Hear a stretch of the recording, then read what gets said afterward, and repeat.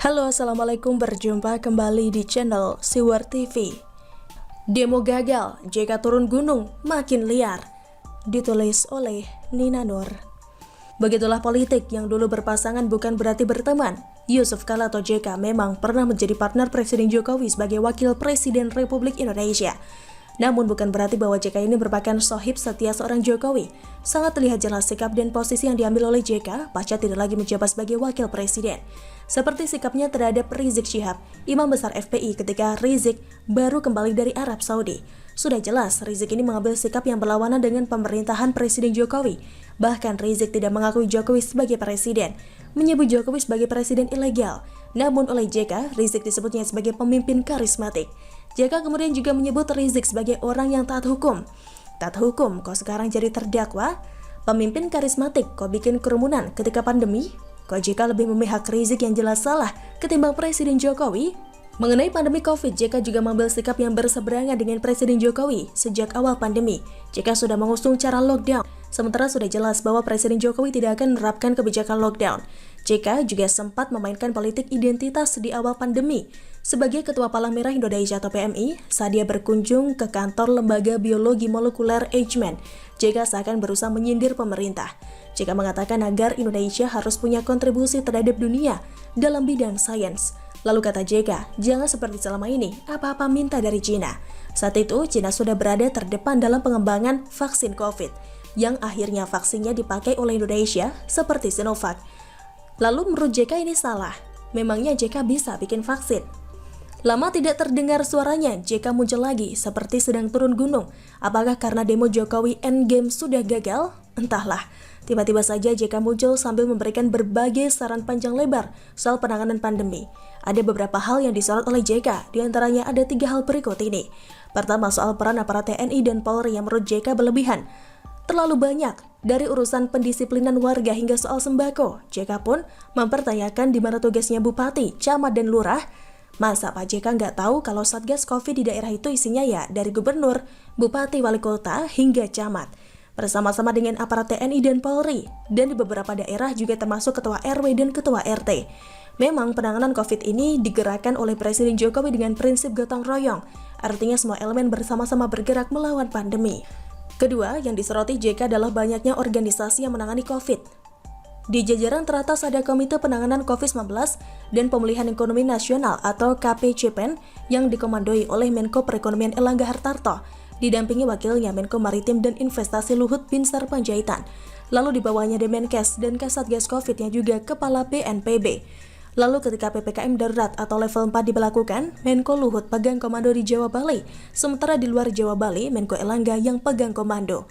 Menurut JK, koordinasi jadi rumit. JK menuduh pemerintah melupakan soal organisasi. Jadi tidak jelas ke siapa orang harus meminta keputusan. JK juga mempertanyakan tugas Menkes, yang menurutnya harus jadi yang paling menonjol.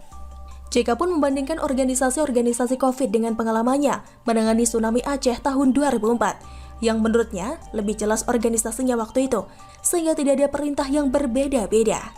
Hello, masa pandemi COVID dibandingkan dengan tsunami?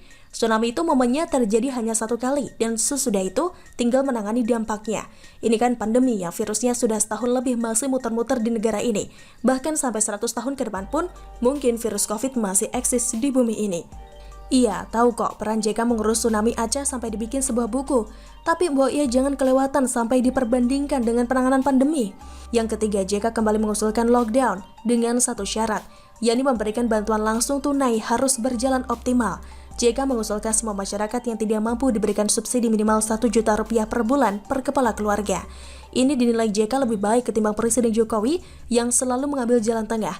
Jalan tengah itu maksudnya seperti pengetatan namun tidak absolut, seperti PSBB maupun PPKM, yang selama ini menjadi kebijakan Presiden Jokowi. JK pun menilai bahwa bantuan tunai yang selama ini diberikan pemerintah sebesar Rp300.000 per bulan itu tidak cukup dan tidak menyenangkan bagi penerimanya. Oleh sebab itu, JK mengusulkan angka minimal 1 juta rupiah per bulan. JK menghitungnya dengan memakai angka sekitar 20 juta rumah tangga tidak mampu di Indonesia. Maka negara akan mengeluarkan dana sekitar 20 triliun rupiah per bulan. JK mengusulkan agar bantuan itu diberikan selama 6 bulan. Demikian diantaranya beberapa saran yang dilontarkan oleh JK. masih kekeh ya mengusung lockdown, padahal baik pemerintah maupun masyarakat pun sudah memahami bahayanya lockdown. Tidak perlu jauh-jauh analisanya. Lihat saja situasi di berbagai daerah selama penerapan PPKM darurat beberapa hari lalu. Bahkan sempat terjadi bentrokan antara masyarakat dengan pihak petugas di lapangan. Berbagai keluhan pun muncul, terutama dari para pelaku ekonomi. Bahkan yang punya usaha pun, yang bukan tergolong warga miskin juga merasakan dampak beratnya.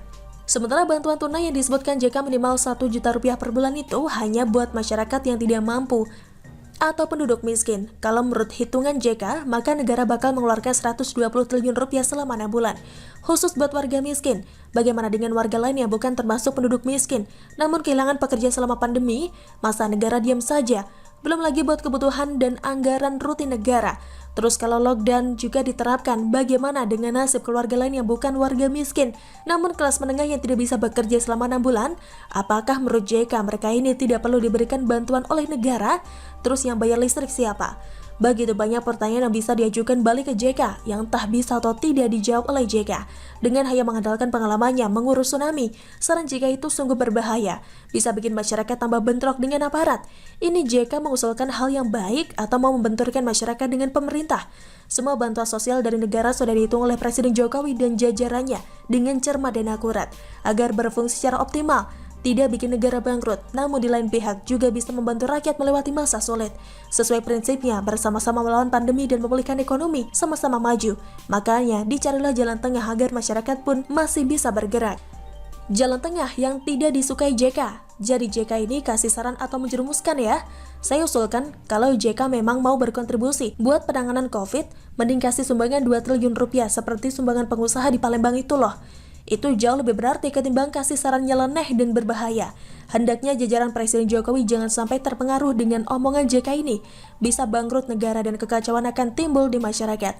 Ujung-ujungnya negara kita akan hancur. Kalau melihat saran JK ini, JK lebih nampak seperti serigala berbulu domba. Kata-katanya nampak baik dan manis, tapi sebenarnya merongrong dan membahayakan pemerintahan Presiden Jokowi. Selalu dari kura-kura. Bagaimana menurut Anda? Silahkan tulis komen Anda di kolom komentar. Jangan lupa untuk like, subscribe, dan share. Siward TV pamit, sampai jumpa. Wassalamualaikum warahmatullahi wabarakatuh.